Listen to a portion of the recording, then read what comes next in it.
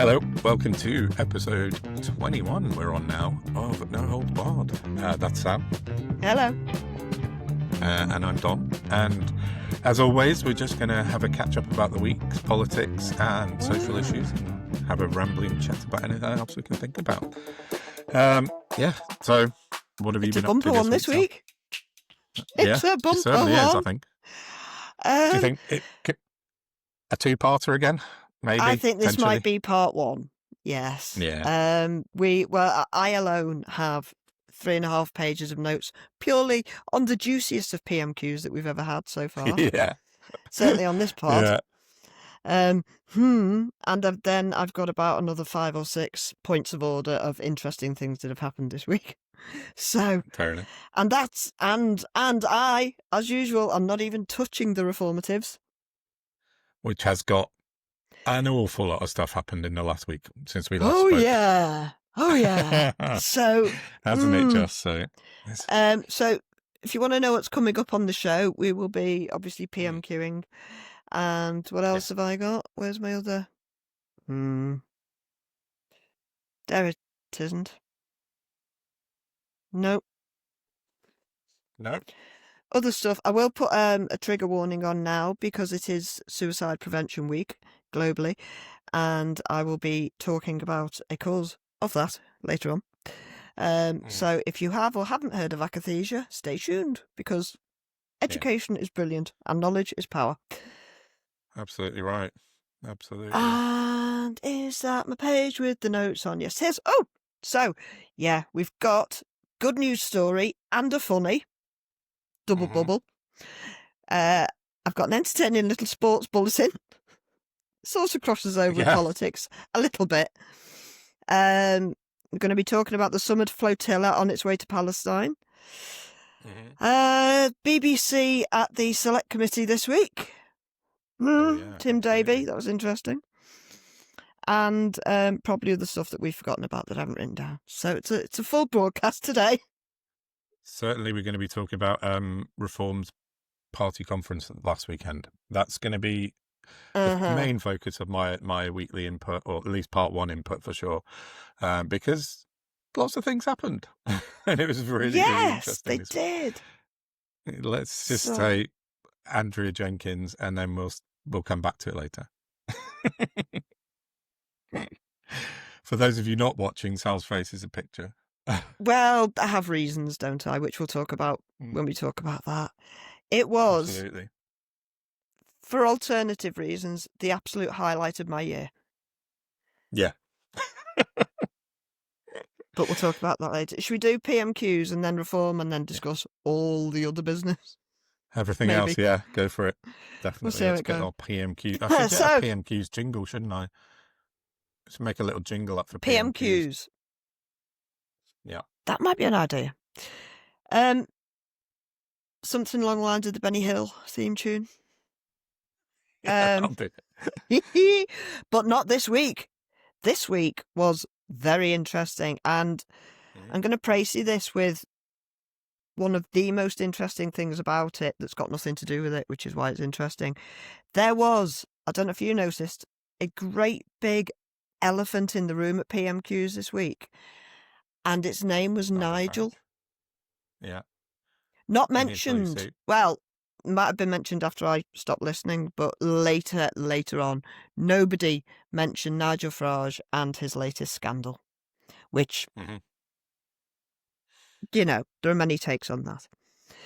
Yeah. Starmer opened up condemning the Israeli strikes on Qatar last night. He spoke to the Emir of Qatar, and he was assured by him that Qatar will be taking diplomatic path to peace.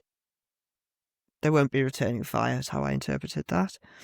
Yeah. Starmer, and I've got this in quotes, I'm not paraphrasing here. Starmer condemns Israel's actions. Restrictions on aid must be lifted, and building on settlements must cease. Bearing in mind, he is this week hosting Isaac Herzog, the president of Israel, who flew in yesterday, wasn't supposed to be flying till tomorrow, but he came yesterday, not on his official aircraft, which is interesting. Yeah, strange. He talked about Russia bombing Poland last night with the drone attack. Fully supports Poland, spoke to Tusk. The coalition of the willing will work together to find peace. Okay, bon chance. A Tory boy stood up whose name that wasn't pronounced very clearly by the Speaker Hoyle. He started talking about the Labour sleaze that's happened since they came into power, the resignations, and of course Angela Rayner having legs and a second home and avoiding tax. And Usual, yeah. he stated that the Prime Minister had taken more freebies than any other MP in the last Parliament. Can that be true? Don't know. I heard that, though. There was a big thing about it, wasn't there? Because I know Badenoch's expenses were unbelievable. Yeah.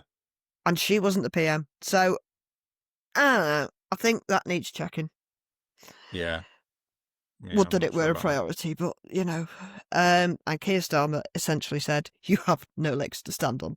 Sit the fuck down. Well, that's fair enough. The plank question this week came from Scottish Labour. Isn't investment better than decline? And then Starmer confirmed that they would be sending millions of pounds to Kirkcaldy to invest in their high street. Good for Kirkcaldy. Yeah, sure. Yeah, good on them. Now, this is where it gets strange because I've find myself agreeing to the tune of about 95% with Kemi Badenoch this week. That's very disconcerting because it's really... she came out almost like a human being. She agreed with really the weird. PM on his take on Poland against Putin. Only. Didn't mention anything else. No. And she brought up Peter Mandelson, who, for anyone who's been living under a rock, is currently the UK envoy to America, in America. Twice sacked as a Labour MP, I believe. Yeah, I think so. Yeah. Very involved in the weapons of mass destruction that didn't exist so that we could go and bomb the Middle East. He's essentially a very, very shady politician at best, who also has many, many years tracked history of working with Epstein. And he carried on his business dealings with Epstein after Epstein was arrested for paedophilia. And in fact, I think I have a quote on my phone of a note sent to Epstein by Mandelson. Tell me I screenshot it. No, I didn't. That's really annoying. Is it his 10-page birthday thing? Anyway, there's a note floating around that he sent to Epstein, and it's ambiguous if you didn't know the circumstances. Yeah. But when you know the context in which it was sent, it is horrifying. So, Badenoch stands up, brings up Peter Mandelson. Does Keir Starmer have confidence in him? She actually didn't mention Epstein at the time. She just said, does he have full confidence in Mandelson? Starmer says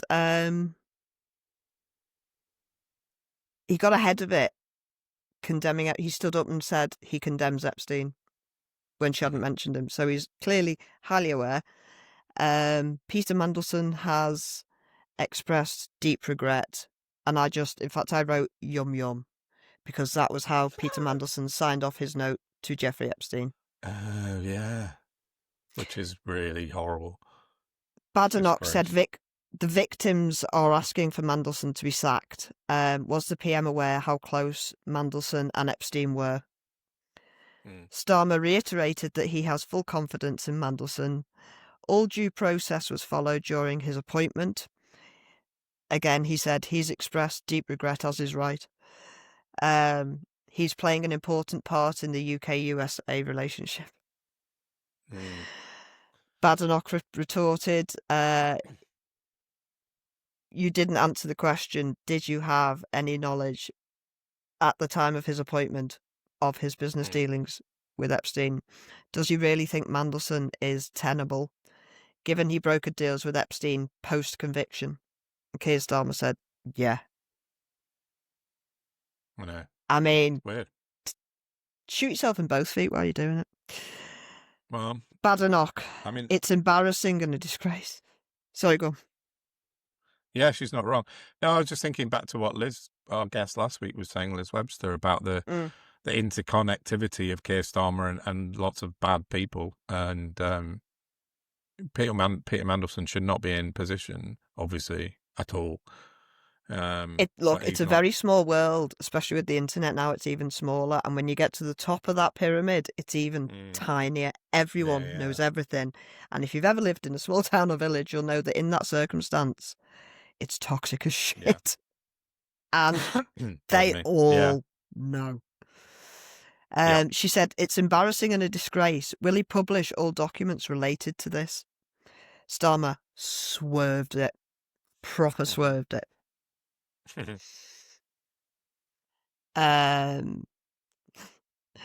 Badenoch said, Mandelson has got a history of being a wrong 'un, twice sacked. Will he publish the documents and that were presented during his appointment, the process of that? Will he force Mandelson to publish all documents relating to all his business dealings with Epstein? Starmer said, like this makes it better. Peter Mandelson's very busy doing his job in the White House. Fucking hell. And funny enough, I put, swerved the question, waffling about anything else, twat. Badenoch stood up and basically buried him and then accused him of waffling. So I'm a bit like, me no like you.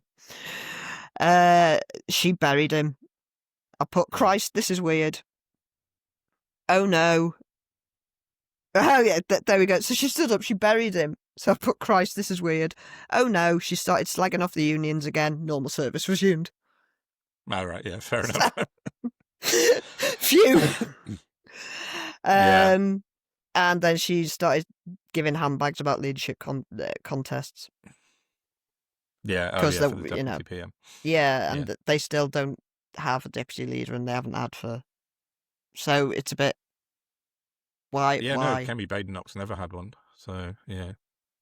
So it's a weird hill to die on. Well, it is, especially she's done ever so well.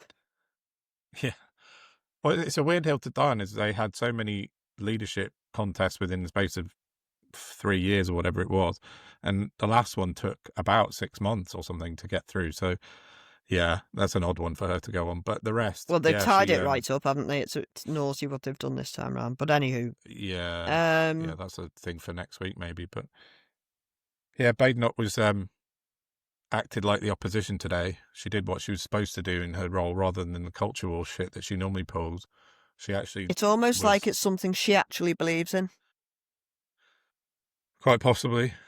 Although I did see yesterday she did a little press conference on Twitter, and it was a very different presentation to her last one, where she was in front of a mattress. Do you remember the one her backdrop was a mattress with some writing on it? I'll put a picture in. It's funny if you haven't seen it. But this was very professional, with lots of nice, neatly folded flags, and she was very well dressed and presented. And she said she was offering Conservative support to help rein in spending and tackle the welfare bill, but her presentation had gone up several notches from the last one. So yeah, maybe she suddenly realised that she's about to be kicked out of her job. Well, a broken clock's right twice a day, isn't it? So, well, yeah. Tom Rutland asked a question about. He was delighted the NHS waiting lists are going down and what have you, but can the PM explain that there's still a lack of GPs? I think Starmer stated the improvements that they've made in the last year, Apparently, we've got 2,000 more GPs than we had under the Tories. And he mentioned the new thing they're doing, which is a 10-year health plan for towns. Now, I actually saw my local council post this on Facebook about a new scheme that's come in to assist the well-being of people just like me who are chronically ill and can't work, offering up more resources to us or something. So I read it, and then I clicked on the link, and then I read some more, and it's something like, it must be a trial run, because there was something like 36 spaces for people. And I'm like, right, okay, if there's 36 spaces, I'd like to apply right now. Where do I do that? Yes, please, yeah. And just like the Trailblazer thing I was looking into for my son, absolute tumbleweed. So they've announced something, and I'm like, great, how can I improve myself with that? Oh, I can't, because it's just words. Right, okay. We're announcing something that we haven't actually organised yet. It's a shame. Infuriating. Ed Davey was, okay.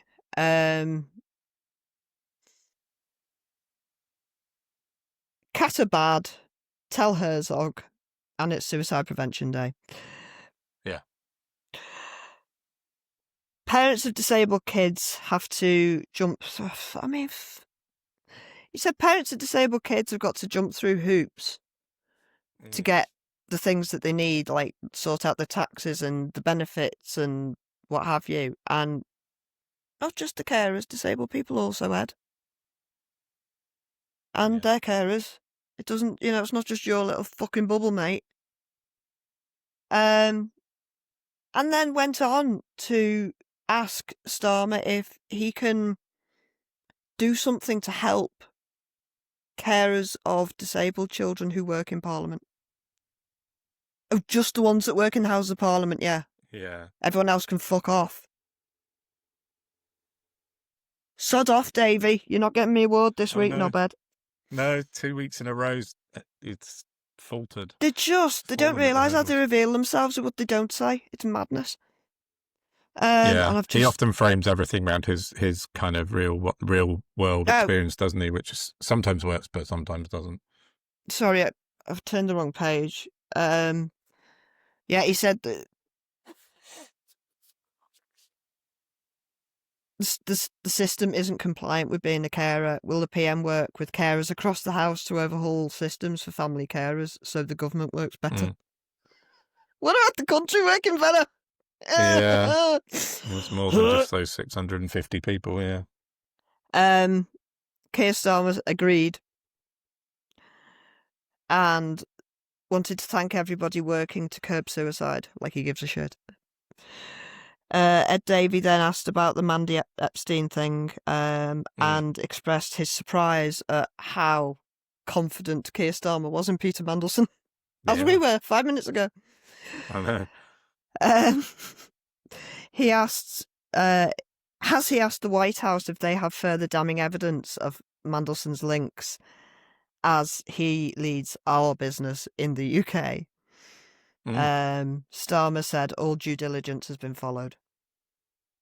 Yeah, that's a weird one, didn't he? Because he's basically potentially compromised in national security terms, isn't he? That's the problem I think Davey was trying to get to, and Starmer's just like, yeah, whatever. Chill out, mate. It'll be fine. Yeah, there's got to be. It's weird. There's something. We don't know what it is yet, but I'm telling you, there's something. There is something, I think. Stephen Flynn, my hero, bless him. He's awesome. He said, Gaza's a graveyard, and welcoming the man who called for the eradication of Palestinians and signed actual bombs here. A man who will totally ignore the Prime Minister. Okay, I haven't written my notes very well. He was poo-pooing Herzog being here in the strongest of terms. Yeah, he was. And asked if, he said, would Starmer welcome Putin or Netanyahu? And what does it say about the Prime Minister that he would welcome this man to our shores? Starmer said sanctions have been applied. We all want peace. He won't give up on the diplomatic route. And accused Flynn of having the politics of a student, which he's just a rude psychopath. I'm sorry. That was bad. He's It was a really bad rubbish response. psychopath. Yeah, he's not very good at it.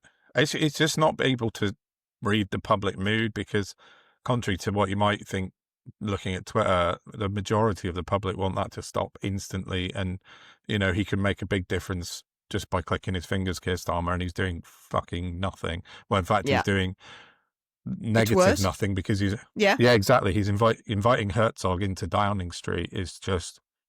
Tone deaf is not even He close should be to... inviting him to fucking handcuffs. But Well, exactly. You know what? You bury your own hole, mate. You keep on digging, Starmer. Well, he is digging. He's digging hard. Well, I hope he ends up in The Hague. He should do. I don't know. We're still helping them out. They're still using Akathisia. Yeah. They're still selling arms and still manufacturing arms. Is it Elbit Systems in the UK? Well, that went under the radar this week. They've been forced to close down in Nottingham, I think. They've closed down 2 or 3 sites. On. Oh, well, there you go. Because so it's slowly working, but... Yeah, there's a site in Tamworth, which is in the Midlands, not far from where my mum lives, actually. And I had a look at it on the map because I found them. They've closed their doors. And some are, but they're still not. There's still lots of...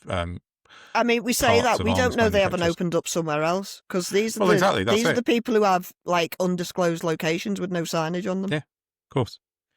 Oh, yeah, the one in Tamworth, I went to have a look at. It's just on a trading estate. It's just, as you say, it's just a roll top, no, what do you call them? You know, roll up door. Shutters. A brick building. Yeah. And that's it. But they manufacture parts for drones. So the only people who really know are the government. So. Yeah, they are. Very problematic. Exactly. Bill Esterson. I want to say he's a Lib Dem. But he might be Labour. I can't remember. He used to be my politician 100 million years ago. MP even. He said fracking fucks up nature. Yes. Well, he didn't. I'm paraphrasing. Will the PM ban it? The only people wanting it is net stupid reformatives. He didn't say reformatives. Is that what he said? I did. He said reform. Okay. Yeah, he's and Labour. Starmer said that Labour will be banning fracking for a kick-off. The fossil fuel market's too unstable. Yeah, I saw that. That was a really good answer, actually, to be fair, because it's another answer to reforms. And more recently, Kemi Badenoch's been jumped on the drill baby drill thing as well, so that shuts that down, hopefully. But it's ridiculous. And then at that point, I thought... Sorry, I was just going to say, for clarity, he's the Labour MP for Sefton. Oh, there we go. Yeah. And after 3.5 pages, I thought, I think I've done enough. That pretty much covers it. Yeah. Well, I watched it and I listened to it, and I've got the same thought of things. Have you got something else on it? I've got one thing to add to it, but that's all. Oh, no, please do. I'm done for PMQ. Yeah, it was just my local MP was asked a question quite late on, but it was the House was still busy, and he actually got a clip on BBC Politics Twitter, which is pretty cool. Simon Ofer, his name is, or Offer maybe, and he asked if the PM will condemn those who spread false rumours about vaccinations and platform anti-vaxxers. Obviously a nod in the direction of Reform UK Limited 2025 and their party conference, which we'll talk about in a bit, last weekend.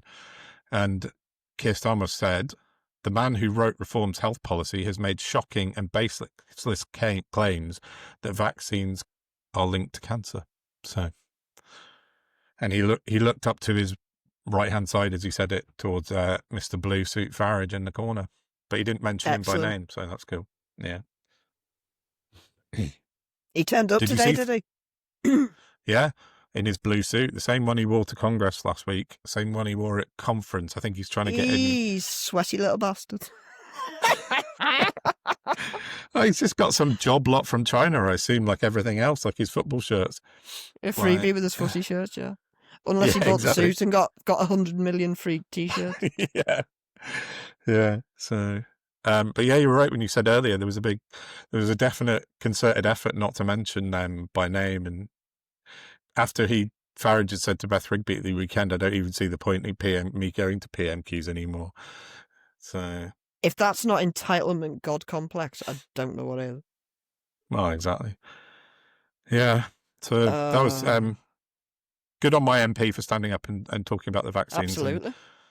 Because it's important that whole nonsense from the weekend Reform Party conference is talked down.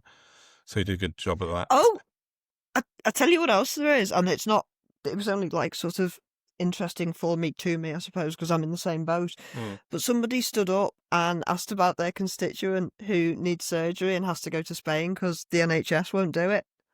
And all right, what's he supposed to do? And I went, oh, is that what MPs do when their constituents can't get the surgery the NHS won't give them? I'll have to let my MP know. Yeah. Oh, she won't care, will she? She won't have an answer for you. But that's literally what she should have done for me. But she sat there and went, I don't know what to do.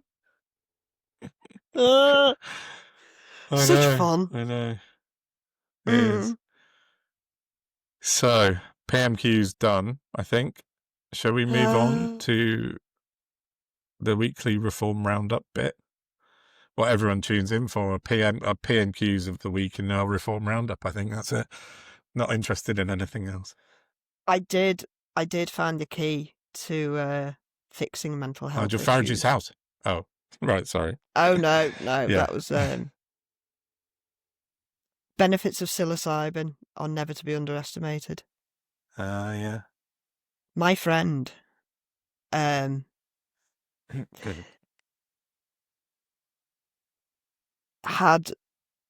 nature's bounty of mushrooms bestowed on them from the actual outside, and coincidentally took them on Friday and then watched the Reform conference and reliably informed me that it's the funniest thing in the whole entire world that's ever actually happened. And everybody should be allowed to go through that experience because it was wonderful, she tells me. Yeah. Until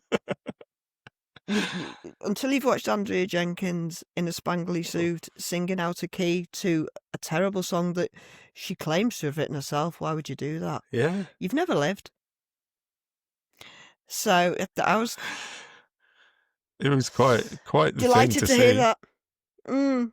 Yeah, I'm glad your friend enjoyed that because it sounds like she had a great time watching Andrea Jenkins because I don't think many other people did. She actually cleaned the makeup off her face with tears. I'm not surprised, to be honest with you. I think that's one word summation of the entire party conference would be laughable. That would sum it up pretty well. I mean, there was elements of, well, there was all sorts of elements in it, really. I've lost my notes now. Where are they? There they are. But there was fascism on display. There was physical assaults on display. All sorts, really. But there was racists on platform. There was anti-vaxxers on the platform. But yeah, I think a one-word sum up would be laughable, which is a really good one. Yeah. Yeah, so for anyone who is not involved in politics, welcome. I don't know what you're doing listening to us, but hey. Well, I like to think we're politics for people who don't do politics. Yeah, that's fair, I think. So just as a sum up then. God, I haven't even mentioned my bus driver. Sorry, I put that on my list. Oh, no. We'll come back to that. Reform UK had their party conference this weekend at the NEC, which was, I think, generously 3/4 full for the most part. Nigel Farage's big speech on Friday, it was definitely not full. There was a good maybe quarter of the seats unfilled. But, you know, that's a bit of hubris for you when you want to try and fill a 20,000. I think it was between 15 and 20,000. Something stupid. It was huge. So, I mean, they did all right. They got enough bums on seats, I reckon. They charged enough money for it. So Farage has made a fortune. He could probably buy another house with it. I mean, give it to his girlfriend. I mean, you know, anyway. So, yeah. there wasn't much to say really about the first day. It was just the usual Farage talking rubbish, David Bull talking rubbish. But then they brought out the lovely Alison Pearson, who is a Telegraph, in inverted commas, journalist, to talk. She has a podcast, and they did a live podcast about in front of the crowd. And their extra special guest they brought out was none other than Lucy Connolly, of all people. Can I just stop? Yeah, no, stop you there. I was just going to set you up because Sal said to me earlier, "Did you see her walkout music?" And I said, "No, I didn't see it. Please, what was it?" And she said, "No, I'm going to tell you when we're on." Oh, yeah, your live reaction to Connolly, this. So, our lovely mate Gil King, at GYLLKING, had a very astute observation. Mainly, I don't watch these things unless I have to. And there was no way I was going to watch that because there was nothing going to come from it that would have been of any interest. And if there was, I'd have heard about it separately. So I didn't watch it. And then Gil posted a clip and went, "What the fuck are they doing? Having her walk-on music be Gary Glitter." Oh, come on. Was it? It was. I made a note of it. The studio jingle sampling of Rock and Roll Part 1. Was it? Oh, yeah. Fuck me. Yes. Oh, I mean, they didn't do that without thinking about it either. That's not an accident, right? Do you not reckon? Oh, my God. I mean... No. The stage management that went into that thing, that whole party conference it was high level. I mean, the stage managing was incredible. It was really well put together. It was a good, top tier kind of concert level production. So everything they did, so I'll come back to this as well, because the antivaxxer, which we'll talk about in a minute, that they then denied was anything to do with reform after he'd been on stage. But everything was planned. So I'm going to look into that because that's weird. And that's just not right, is it? You can't come out to put Gary Glitter on, for fuck's sake. Yeah, do you want me to find it? Well, I don't know if you play. Well, no, you see, she thinks it's a studio. Well, listen for yourself. I will have a look at it. I won't play it long enough to... No, don't trigger the royalties part of it. Oh, no, it'll be like 10 seconds long or something. Yeah. I'll see if I can find... Because it's just like, I was never a rock and roll big fan, but even I, know that fucking music. I'll have to go back a few days. So carry on talking while I find it. Yeah, cool. So Alison Pearson did her podcast with Lucy Connolly. Lucy Connolly made some claims. One of which came out was that potentially the police had tampered with evidence in her case. I'm not sure how the police could tamper with a tweet. The tweets? Yeah, exactly. So that's the problem, you see, because she's not blessed with high intellectual rigor. I'm trying to be polite. And so you can't come on stage in front of 15,000 people and go, the police tampered with evidence in my case, when the evidence that they had was in the public domain and is a piece of the internet. It's a tweet, for fuck's sake. You can't tamper with it. But I think Nadine Dorries backed that up afterwards as well. And she said very similar, being interviewed later. But again, Nadine Dorries not exactly... Well, she's in the same boat. They're too much confidence, not enough education. Exactly, that's right. And so that was, I thought, the most interesting thing that came out of Lucy Connolly's interview, because we've read all about it. Nothing needs to be said, as you pointed out before. It's just a rehash of what we've had shoved down our faces if you've been on social media for the last year. Anything that Alison Pearson touches, it's got Lucy Connolly's name on it now. I'm surprised she's such a grifting terror, that woman. Well, she's created this cottage industry about Lucy Connolly, and the amount of money she must have made from her. I'm surprised she doesn't have a T-shirt or a tattoo of Lucy Connolly on her somewhere, but she might have a tattoo. Oh, did you see the person who did get the reform tattoo? Oh, I did see that lady, yeah. Jesus Christ. Yeah. Was it a big Reform Wales tattoo I think she had on her arm, and got a picture with Farage for the trouble. But Anyway, so what else happened at the party conference? Not loads. Farage said to Congress last week that he never banned people from anywhere. He was all about free speech. Dale Vince was banned. Byline Times was banned. The New World magazine was banned. Narinder Kaur was banned. I mean, we talked about it last week. Femi's banned. And then some people did get in to protest. I saw during his speech, particularly, a young woman who must have been early 20s, I'm guessing, was literally picked up almost by her hair and the throat and dragged out by, I don't know, 10 huge blokes instead of just asked to leave. And then I saw again the following day, they did exactly the same to a guy. They picked him up physically. To me, it looked like assault. If I was them, I'd be pursuing avenues. Found it. Go on. Listen.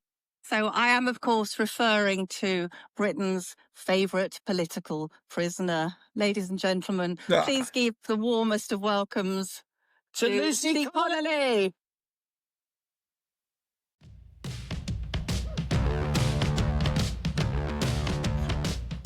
Hi, just a little interjection from me. That song isn't Gary Glitter. I've done some checking, and what it is by a guy called Sugoi, and a track called San Pedro. It's actually a royalty-free. I've just downloaded it for free off of academicsound.com. So I just, for clarity's sake, just want to point out that it isn't actually Gary Glitter. So have a listen briefly, but it's not Gary Glitter on this occasion. Yeah, I'll credit the artist below, but it's free. The Telegraph didn't even pay for it. But Britain's favourite political prisoner. What is that for an introduction? That's mad. It's just mad. It's disgusting. It is. It's just creating this image that she's, Nelson Mandela. The woman's a fucking just a nasty racist piece of shit. Excuse my French. But all right. Yeah, you just reminded me of something I hadn't made a note of. But yeah. Oh, okay, fine. Yeah. Anyway, Lucy Connolly can get in the bin. That's my opinion. And then, really, not an awful lot was said. I saw Darren Grimes was up on stage, I think, on the Saturday. There was about 12 people in for him. Nobody's interested in what he's got to say. Go on. Have you got nothing else to say about the conference? Oh, no, I've got a few bits, but I was just saying no one's got anything else to say about... No one wants to hear what Darren Grimes has got to say. Well, did you notice anything at the end at the sparkly celebrity police lineup? Which bit? The one where they were singing a song to a woman who's been dead for over 2 years. Oh. God Save the Queen, yes. I did see that, yeah. That was Jenkins again, though, wasn't it? She was... I do hope Old Sausage Fingers is incredibly insulted. Yeah, I know. Chucky Sausage Fingers is really pissed off. I mean, like, what the? I don't understand. Did they do it deliberately, or are they all just brain no, I don't dead? think so. Yeah, I think the latter in that scenario, definitely.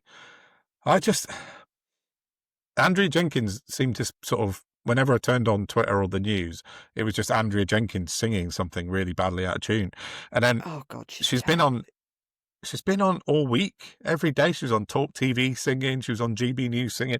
She's just like, someone needs to just have a quiet word with her and say, Andrea, no. From what I've picked up, she's basically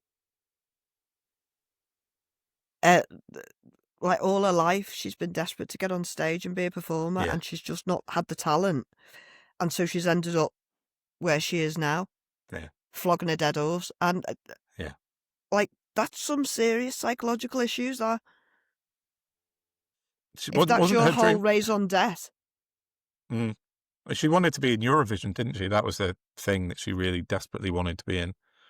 You see, I didn't know that, but that very much plays in. It fits, doesn't it? Yeah.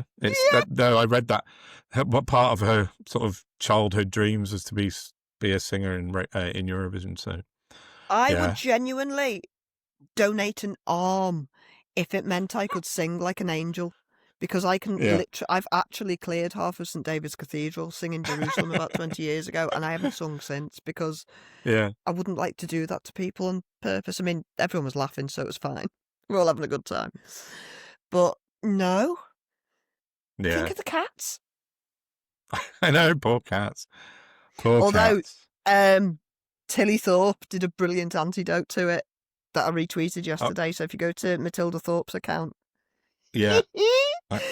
in fact, I'll have to it watch might that. be worth seeing if we can stick it into this one or part 2, because it's very, very good. Yeah, sorry, I've just had a message from someone about something which we'll talk about in a minute, which is interesting. Oh. Yeah, no, I'll have a look at Matilda Thorpe. Yeah, I mean, everything she does is brilliant. As you know, I've been a bit offline this week with not feeling too hot. Hence why I look a bit like a tramp this week, if anyone's watching us. Apologies, but you look rugged. yeah, right.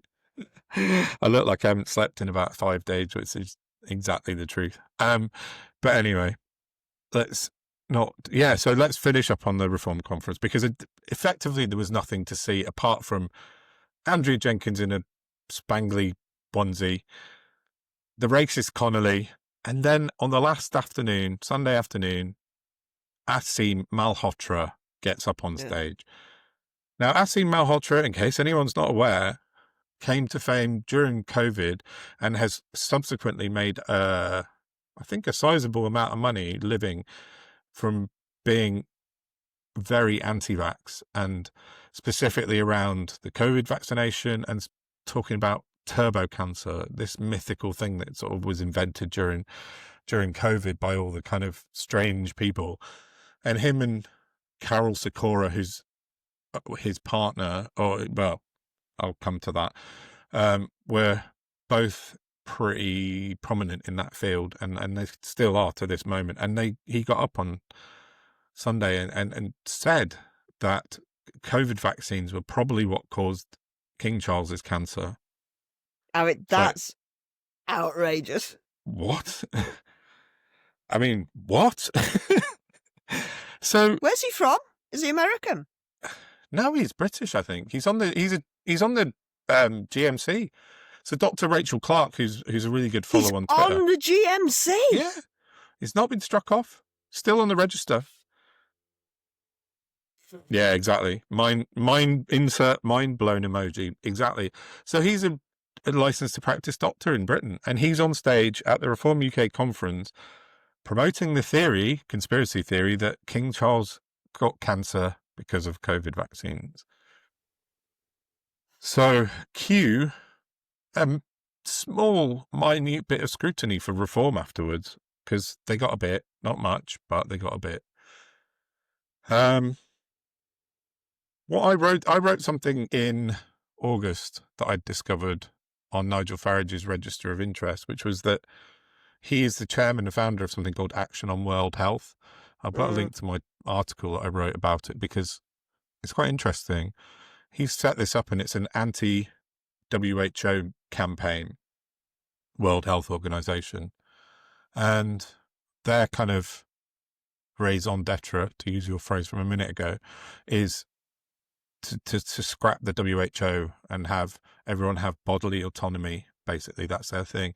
And on their chief health advisor... That means everyone can fucking fend for themselves. That's what that means. You Genesis knobheads. Like Florida in this week, who've basically, the chief surgeon has said they're going to drop every single vaccine mandate for all children.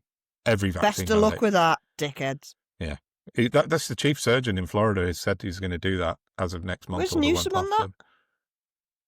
Newsom's California, isn't he? So this goes in Florida. Sorry. Florida. Sorry, my American geography is letting me down. No, Florida's where Trump lives down south. Where am I thinking? Orlando and all that. But yeah, Gavin Newsom's in California. What's the state on Florida? Georgia above it. No, what state's Florida in? Is Florida's the state? No, Florida's the state, yeah. That's where Trump lives, in Mar-a-Lago.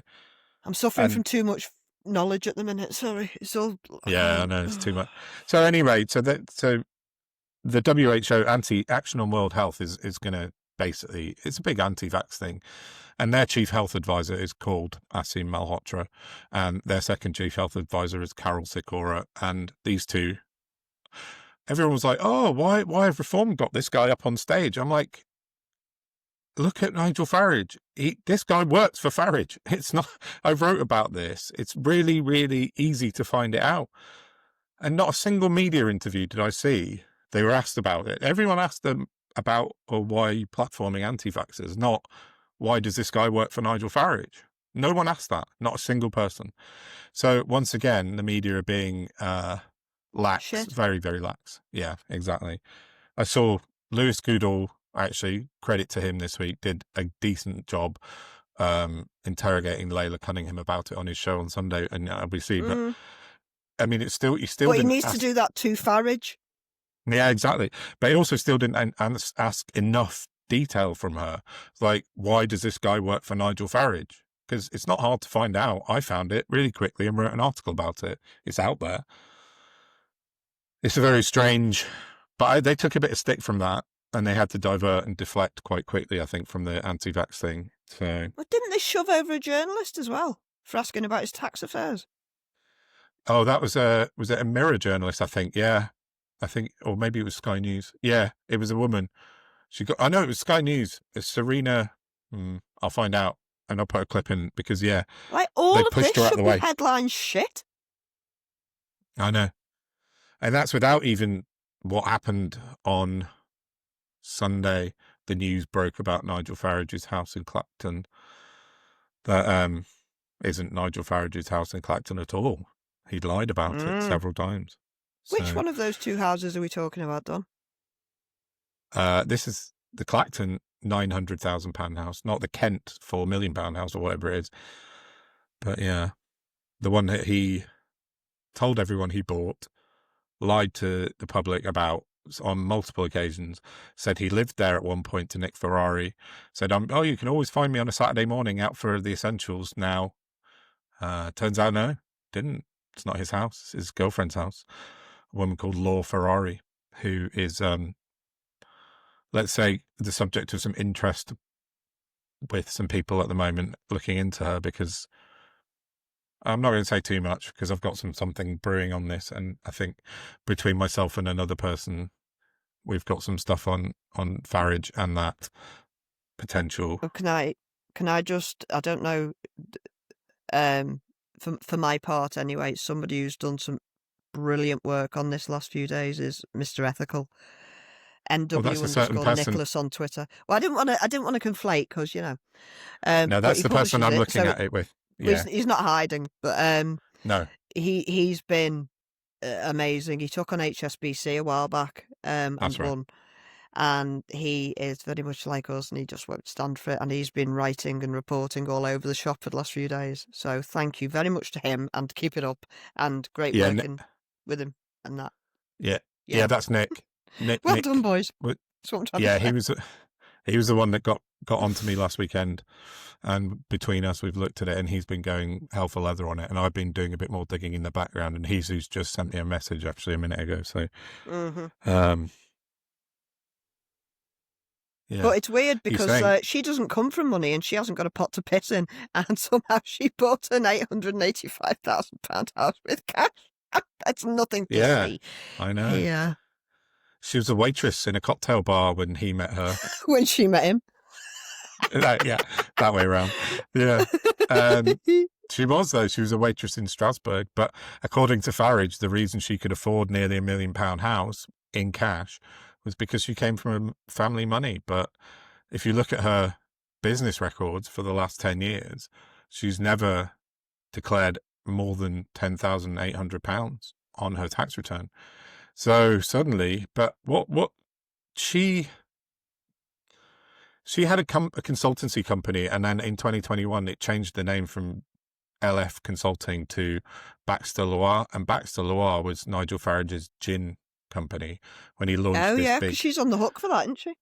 Well, this is it. So he launched this big red, white, blue gin company, and this is the bit I'm looking into at the moment, which I think is completely, I'll say, I think is a front. Fraudulent. Yeah.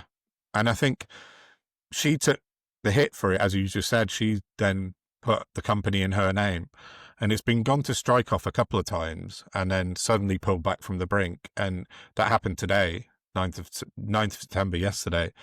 It was set to be struck off, what they call a first gazette on Companies House, which means it's ready to be struck off.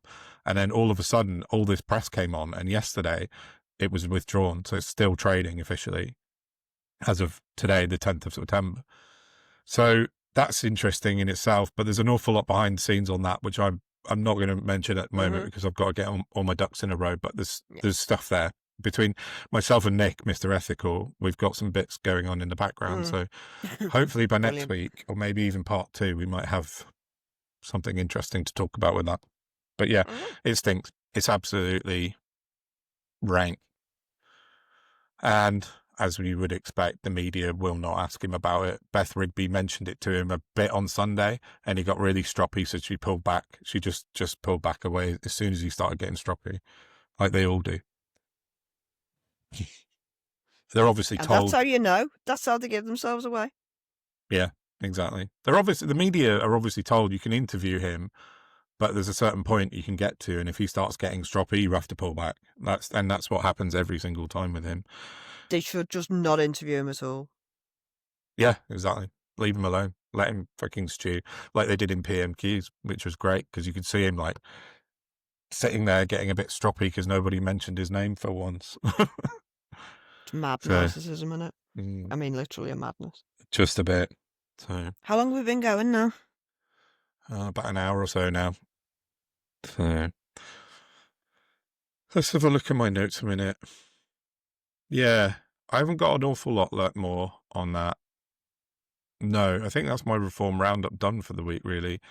There is more to come, as I said, with Farage and his girlfriend. But watch this space on that one. Yeah. Should we enter our funny clip here and do a part 2? Yeah, let's do that.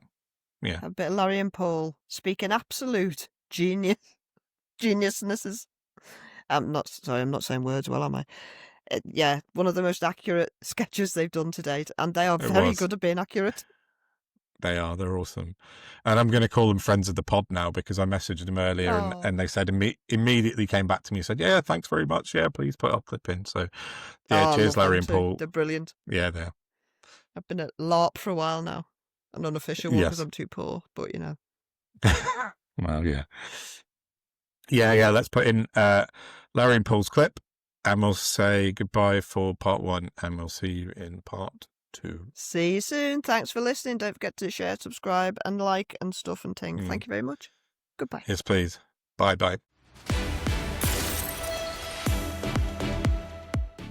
Welcome to Broken News. Well, the tech world has been in a state of fevered anticipation ahead of the release of Apple's new range of products today. Rumours have been rife around what huge surprises the tech giant has in store for us, and our reporter has the details. An iPhone that's 1mm bigger, an iPad in a very slightly different colour than the other ones, and a MacBook you can't plug anything into are among the fresh and exciting new range of Apple products announced today. Prices are changing too, with the latest iPhone now available for only the cost of a 2015 Skoda Octavia liftback 1.6 TDI with 16-inch alloy wheels and hydraulic brake assist. And the new iPhone retains well-loved features like an easily smashable screen and a 34-minute battery life. Consumers will also be given the option to put all their data in iCloud or face a firing squad. At the product launch event, a man who isn't Steve Jobs anymore but has stolen his wardrobe, looks a bit like Ellen DeGeneres and talks like a Texas pig farmer, announced a unique new feature, a slightly different charger for every single individual Apple device. How wonderful. Back to you. Thank you. Well, in a statement just released, Apple's chief technical officer said, "We haven't thought too much about these products. We don't need to anymore because nerds will buy them anyway at the full retail price, and some of them will even queue through the night like proper twats."